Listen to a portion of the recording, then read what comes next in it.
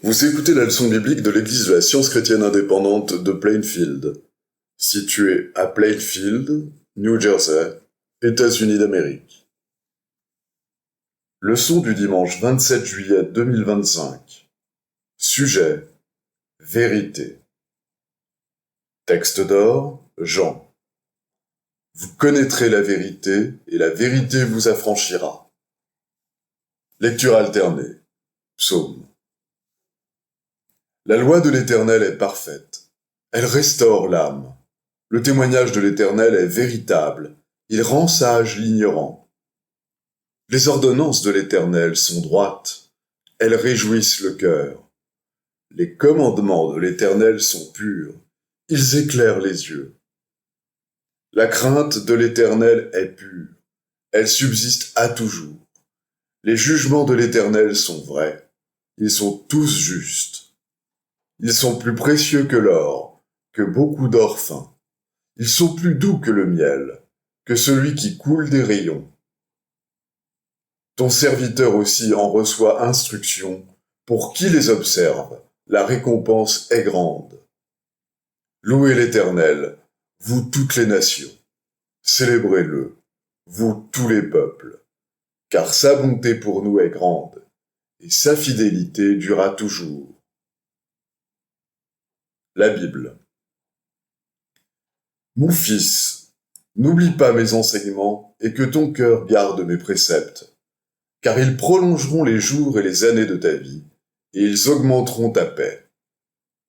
Que la bonté et la fidélité ne t'abandonnent pas.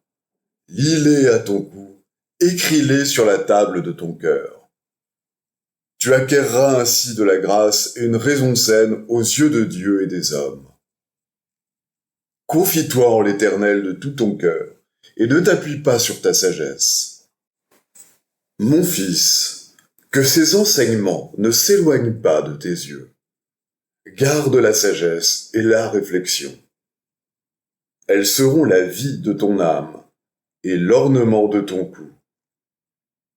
Alors tu marcheras avec assurance dans ton chemin, et ton pied ne heurtera pas. Akab se rendit au-devant d'Élie.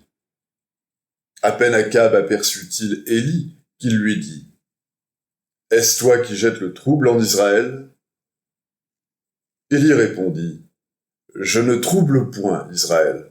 C'est toi, au contraire, et la maison de ton père, puisque vous avez abandonné les commandements de l'Éternel, et que tu es allé après les Baals.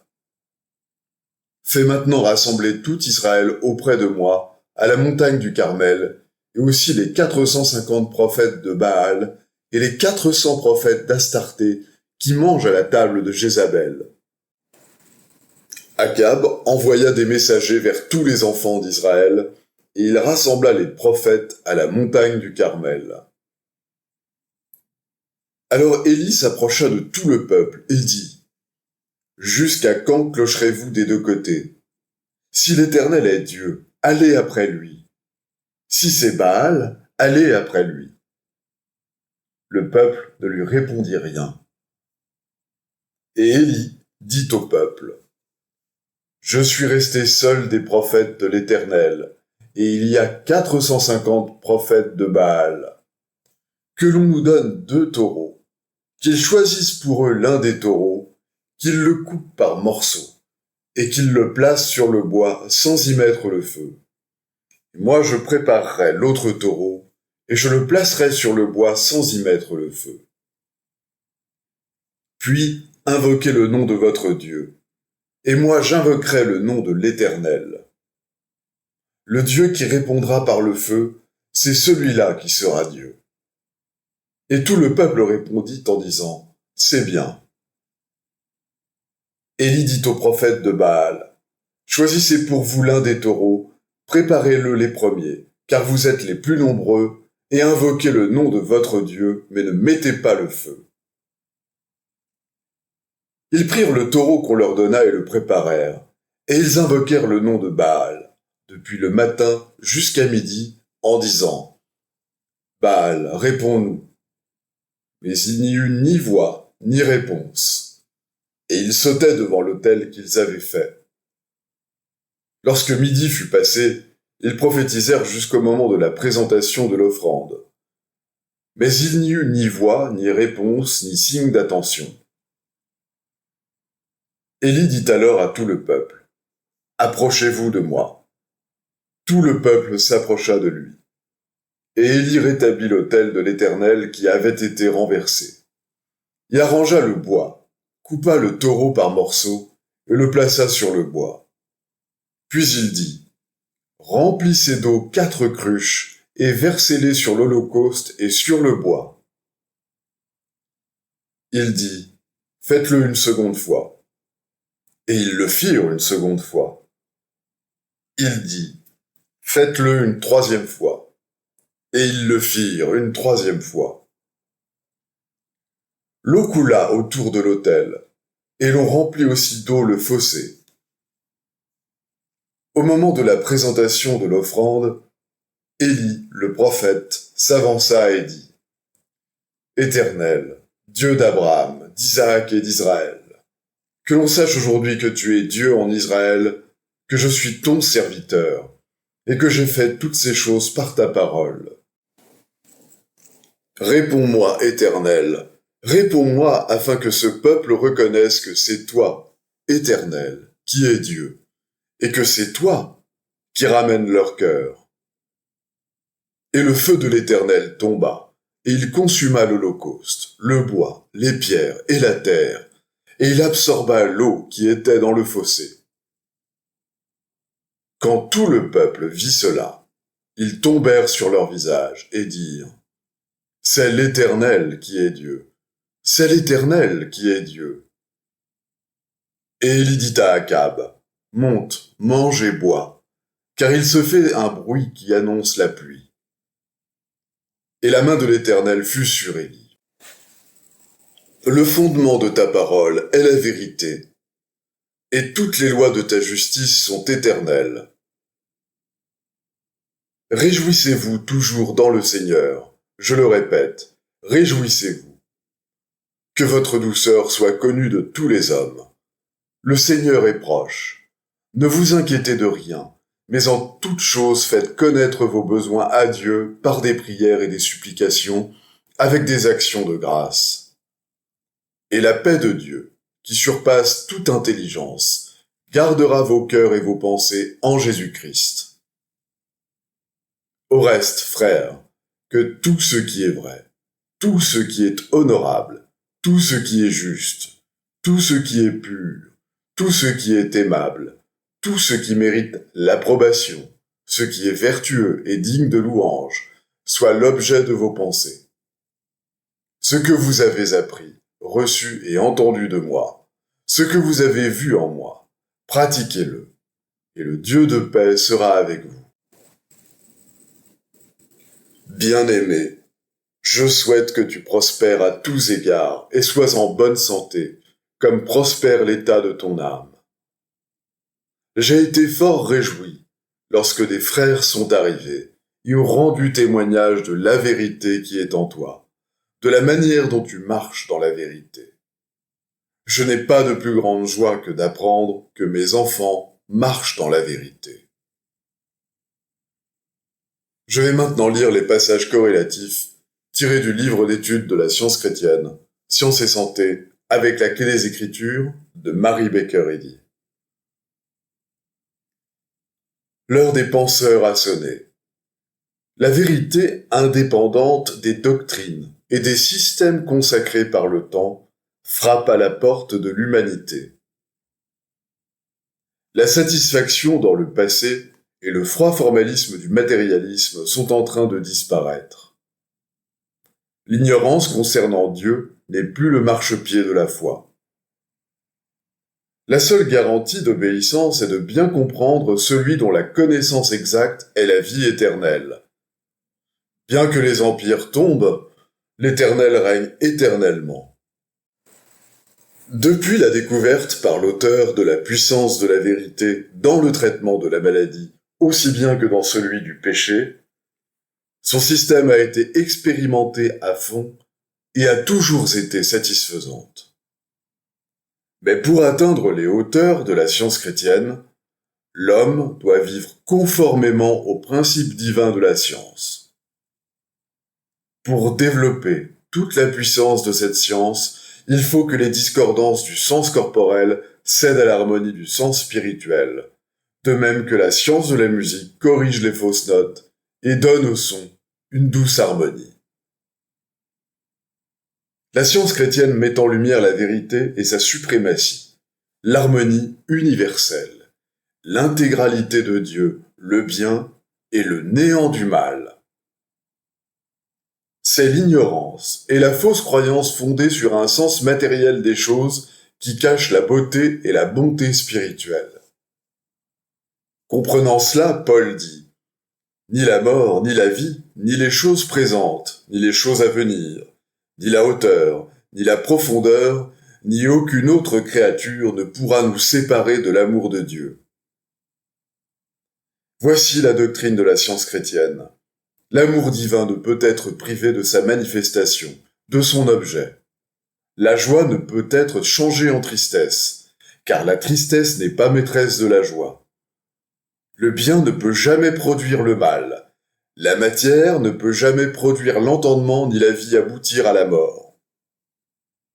L'homme parfait, gouverné par Dieu, son principe parfait, est impeccable et éternel. L'harmonie est produite par son principe. Elle est gouvernée par lui et demeure avec lui. Le principe divin est la vie de l'homme. Le bonheur de l'homme n'est donc pas à la merci du sens physique. La vérité n'est pas contaminée par l'erreur. L'harmonie en l'homme est aussi belle que dans la musique, et la discordance n'est pas naturelle, mais irréelle. Lorsque les effets définitifs, tant physiques que moraux, de la science chrétienne seront pleinement compris, alors cessera le conflit entre la vérité et l'erreur, la compréhension et la croyance, la science et le sens matériel. Conflit annoncé par les prophètes et commencé par Jésus, et l'harmonie spirituelle régnera. Les éclairs et la foudre de l'erreur peuvent éclater et fulgurer jusqu'à ce que le nuage se dissipe et que le fracas se meure dans le lointain. Alors les ondées de la divinité rafraîchissent la terre. Comme le dit saint Paul, il reste donc un repos pour le peuple de Dieu, de l'Esprit. Les pierres fondamentales du temple de la science chrétienne se trouvent dans les postulats suivants. La vie est Dieu, le bien non le mal. L'âme est impeccable et ne se trouve pas dans le corps. L'esprit n'est pas matérialisé et ne peut l'être. La vie n'est pas assujettie à la mort. Le véritable homme spirituel ne connaît ni naissance, ni vie matérielle, ni mort. La vérité éternelle détruit ce que les mortels semblent avoir appris de l'erreur, et l'existence réelle de l'homme, en tant qu'enfant de Dieu, est mise en lumière. La vérité démontrée est la vie éternelle. En science chrétienne, il est funeste de nier la vérité, tandis qu'une juste recognition de la vérité et de ce qu'elle a fait pour nous est un secours efficace. Si l'orgueil, la superstition ou toute autre erreur empêche de reconnaître honnêtement les bienfaits reçus, c'est là un obstacle au rétablissement du malade et au succès du disciple. La science chrétienne montre rapidement que la vérité remporte la victoire.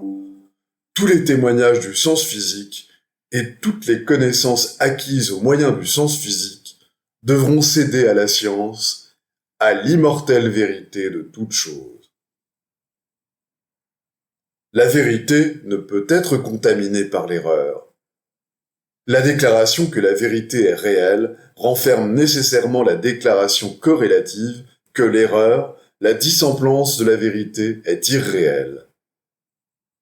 La guerre hypothétique entre la vérité et l'erreur n'est que le conflit mental entre l'évidence des sens spirituels et le témoignage des sens matériels. Et cette guerre entre l'esprit et la chair réglera toutes les questions par la foi en l'amour divin et par la compréhension de cet amour. Certaines personnes cèdent lentement à l'appel de la vérité. Peu cèdent sans avoir lutté. et beaucoup sont peu disposés à reconnaître qu'elles ont cédé. Mais tant qu'elles ne l'auront pas admis, le mal se vantera d'être plus fort que le bien.